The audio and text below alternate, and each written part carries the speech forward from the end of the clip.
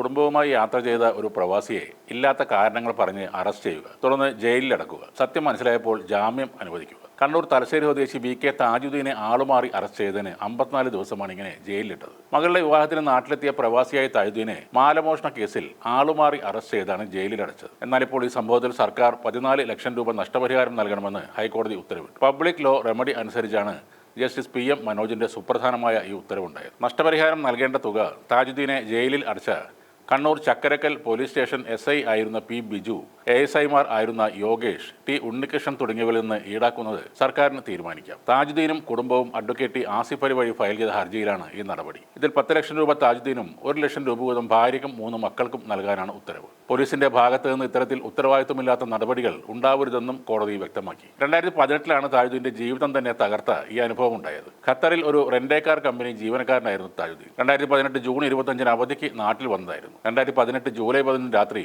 കുടുംബത്തോടൊപ്പം കാറിൽ പോകുമ്പോൾ വീടിന് സമീപം പോലീസ് ജീപ്പ് ചെളിയിൽ പുതഞ്ഞു കിടക്കുന്നത് കാണാനിടയായി. സഹായിക്കണമെന്ന് താജുദ്ദീനോട് പോലീസുകാർ ആവശ്യപ്പെട്ടെങ്കിലും നടുവേദനയുള്ളതിനാൽ അദ്ദേഹം കാറിൽ നിന്ന് ഇറങ്ങിയില്ല. പകരം കൂടെയുണ്ടായിരുന്ന മറ്റുള്ളവരാണ് പോലീസിനെ സഹായിച്ചത്. അതിൽ പ്രകോപിതരായ പോലീസ് സംഘം താജുദ്ദീനെ പിടിച്ചു വലിച്ചിറക്കി മൊബൈലിൽ ഫോട്ടോ എടുക്കുകയും ഇയാൾ കള്ളനാണെന്നും കുറ്റം സമ്മതിക്കണമെന്നും ആവശ്യപ്പെടുകയായിരുന്നു. തുടർന്ന് കസ്റ്റഡിയിലെടുത്ത് സ്റ്റേഷനിൽ കൊണ്ടുപോയ ശേഷം ഒരു CCTV ദൃശ്യം കാണിച്ച് അതിലെ മോഷ്ടാവ് താജുദ്ദീനാണെന്ന് ആരോപിച്ചു. ജൂലൈ 5 ചോരക്കളം എന്ന സ്ഥലത്ത് വെച്ചൊരു വീട്ടമ്മയുടെ 5.5 പവന്റെ മാല പൊട്ടിച്ച ആളാണ് അതെന്നും ആ ദൃശ്യങ്ങളിലുള്ളത് താജുദ്ദീൻ തന്നെയാണെന്നും SI പറഞ്ഞു. CCTV ദൃശ്യങ്ങളിലെ സാദൃശ്യം മാത്രം അടിസ്ഥാനമാക്കിയായിരുന്നു ആ നടപടി. താനല്ല കുറ്റക്കാരനെന്ന് പലതവണ ആവർത്തിച്ചിട്ടും പോലീസ് അത് ചെവിക്കൊള്ളാൻ തയ്യാറായില്ല. കുറ്റം സമ്മതിപ്പിക്കാനായി പോലീസ് ഇദ്ദേഹത്തെ വലിയ മാനസിക പീഡനങ്ങൾക്ക് ഇരയാക്കുകയും ചെയ്തു. തെളിവെടുപ്പിനായി പലയിടങ്ങളിലും കൊണ്ടുപോയി. താൻ കുടുംബത്തോടൊപ്പം മകളുടെ നിക്കാഹ് ആവശ്യങ്ങൾക്ക് പുറത്തുപോയി വരികയായിരുന്നെന്നും തന്റെ മൊബൈൽ ടവർ ലൊക്കേഷൻ പരിശോധിച്ചാൽ നിരപരാധിത്വം തെളിയുമെന്നും താജുദ്ദീൻ അപേക്ഷിച്ചിരുന്നു. പ്രവാസിയാണ്, അതുകൊണ്ട് നാട്ടിൽ എത്തിയ വിവരങ്ങൾ പാസ്പോർട്ട് നോക്കിയാലും മനസ്സിലാക്കാം. എന്നാൽ ശാസ്ത്രീയമായ പരിശോധനകൾക്കോ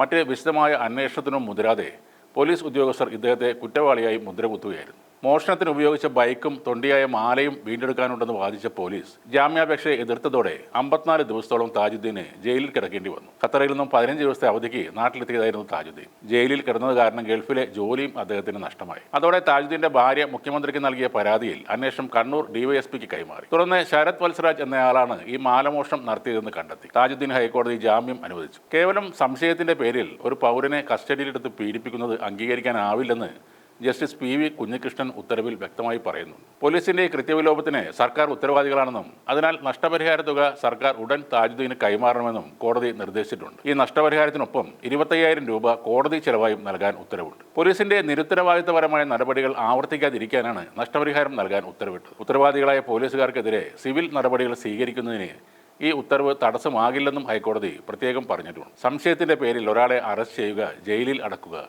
അയാളെ കൊടും കുറ്റവാളിയെപ്പോലെ പരസ്യമായി നാട്ടുകാരുടെയും ബന്ധുക്കളുടെയും മുന്നിലൂടെ തൊണ്ടിമുതലിനായി കൊണ്ടുപോകുക. നോർത്ത് ഇന്ത്യക്കാരെ മാത്രം നോക്കിയിരിക്കുന്ന നമ്മൾ ഇവിടെയുള്ള സേനയിലെ ഈ കീടാണുക്കളെ പലപ്പോഴും കാണാതെ പോവുകയാണ്.